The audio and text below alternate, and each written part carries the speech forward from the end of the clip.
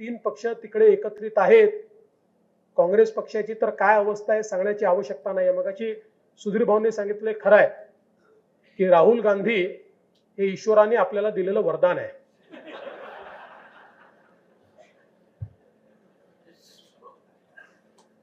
विरोधी पक्षाचा प्रमुख असावा तर असा, त्याच्याही करता आपल्याला एक भाग्य घेऊन यावं लागतं. पण तीच अवस्था त्यांची आज सर्व दूर आहे. ही काँग्रेस पक्षाची अवस्था का झाली? कारण काँग्रेस पक्षाने केवळ स्वतःचा विचार केला. पक्ष, संघटना याचं महत्व संपलं.